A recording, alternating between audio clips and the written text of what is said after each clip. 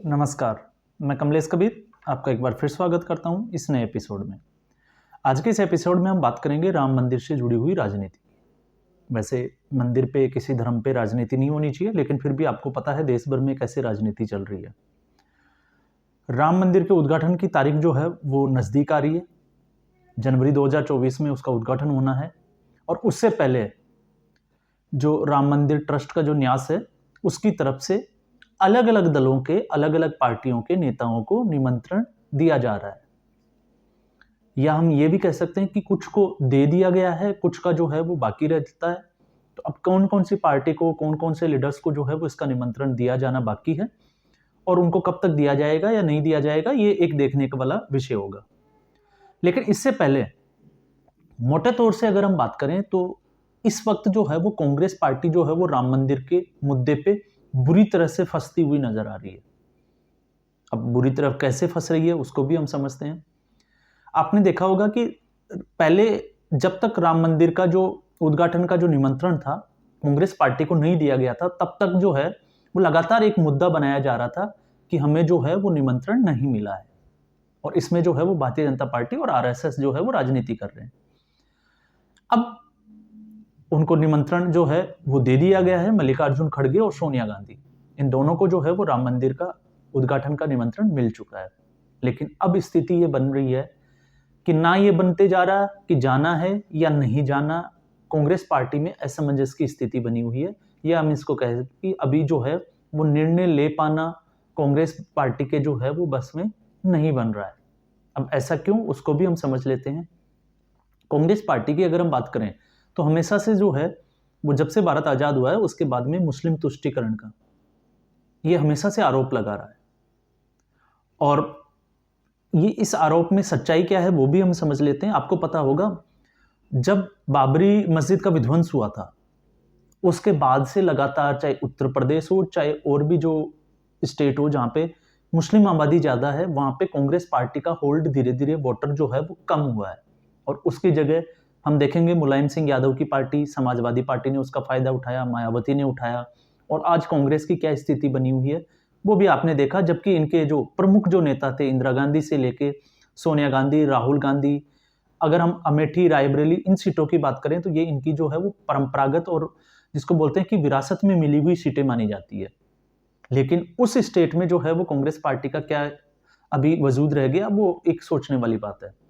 अब कांग्रेस पार्टी के सामने दो समस्याएं हैं। एक जो है वो ये है, अगर कांग्रेस पार्टी राम मंदिर के उद्घाटन में अगर जाती है तो उनको लगता है कि मुस्लिम जो अल्पसंख्यक जिनको ये बोलते हैं वो वोट बैंक जो है वो उनके हाथ से निकल जाएगा। लेकिन सच्चाई ये है कि वो वोट बैंक उनका 1992 से जो खिसकना था वो खिसक चुका है, क्योंकि उसके बाद में कांग्रेस पार्टी में उन वोटर्स का क्या असर पड़ा है वो सबको पता है।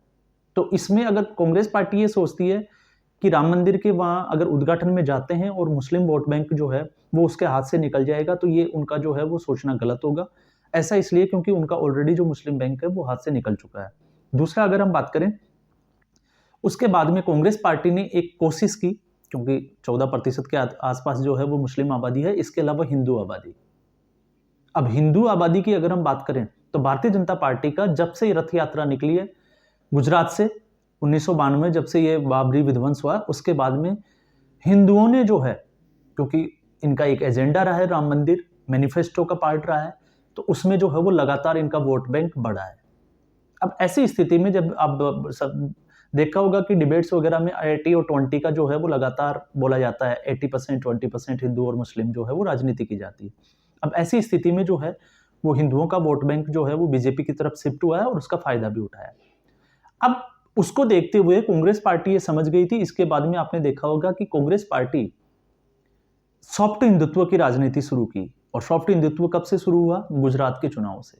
आपने देखा कि राहुल गांधी जो है वो जनेऊ, मंदिर जाना, और लगातार जो है वो मंदिरों में देखे गए। तो ये सॉफ्ट हिंदुत्व की राजनीति थी, और सॉफ्ट हिंदुत्व की राजनीति से भी उनको जो है वो कुछ ज्यादा फायदा हुआ नहीं।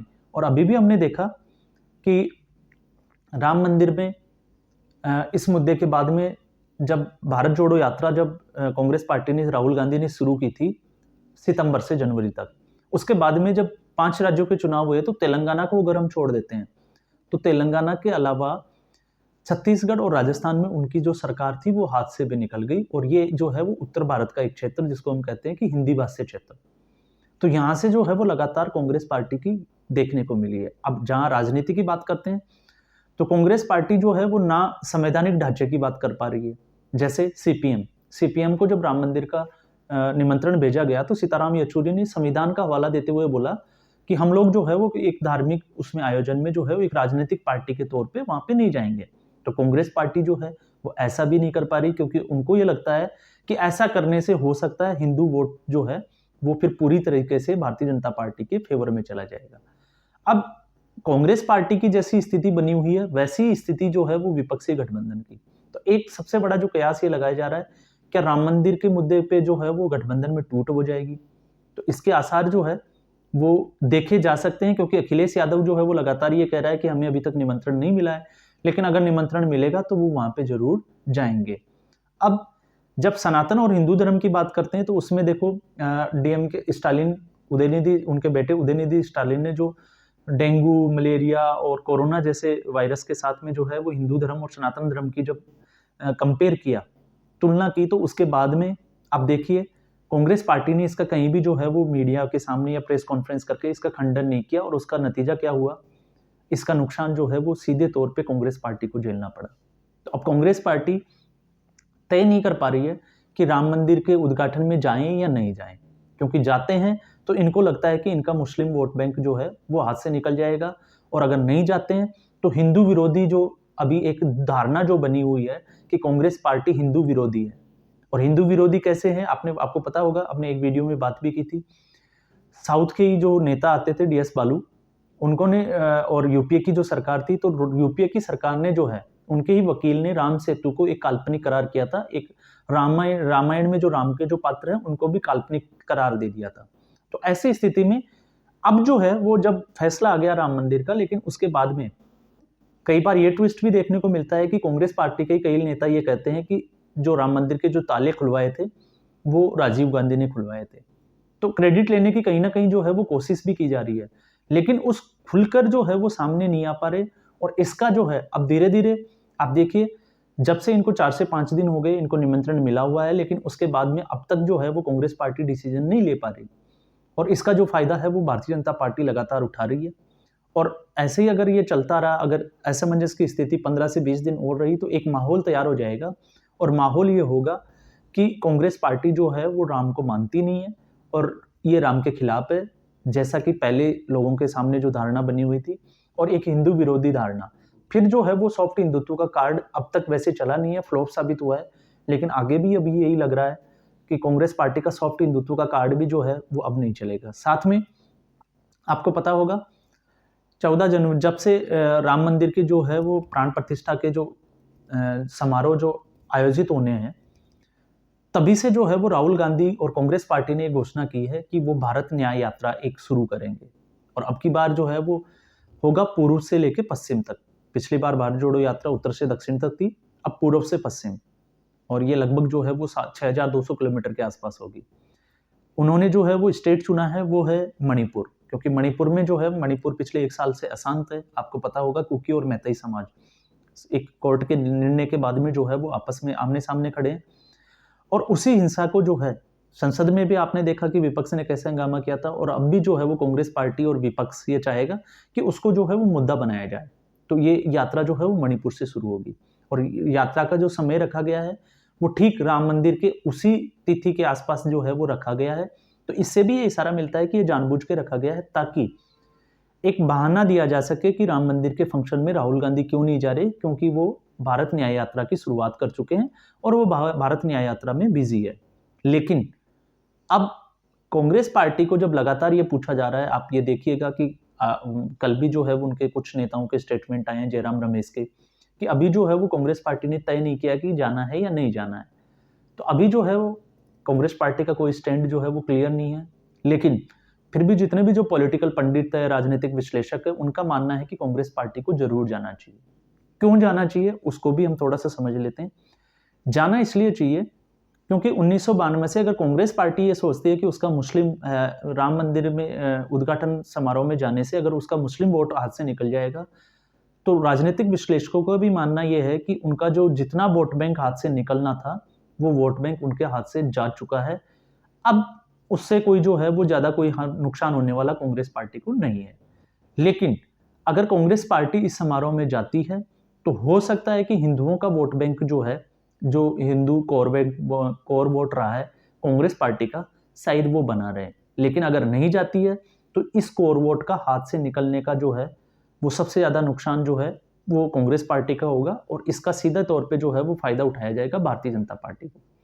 और ये जो है ये 2019 में जब से राम मंदिर का फैसला आया था तब से ही ये चीज़ें जो है वो तय मानी जा रही थी, क्योंकि उससे पहले आपने देखा होगा कि कांग्रेस पार्टी के लगातार नेता ये बोल रहे थे कि भारतीय जनता पार्टी जो है वो राजनीति करती है, राम मंदिर बनाएंगे लेकिन तिथि नहीं बताएंगे, इस पे जो है वो काम कर रही है।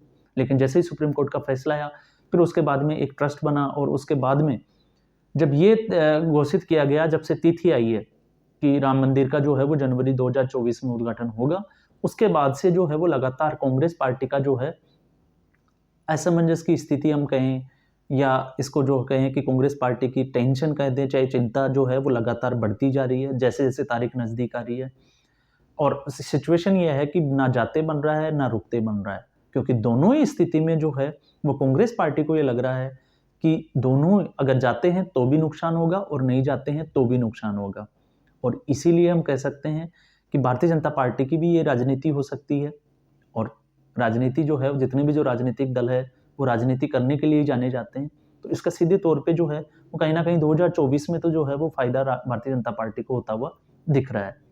तो आज के एपिसोड में बस इतना ही। उम्मीद है आपको ये एपिसोड पसंद आया होगा। पसंद आया तो लाइक करें, शेयर करें और चैनल को जरूर सब्सक्राइब करें। आज के वीडियो में बस इतना ही। धन्यवाद।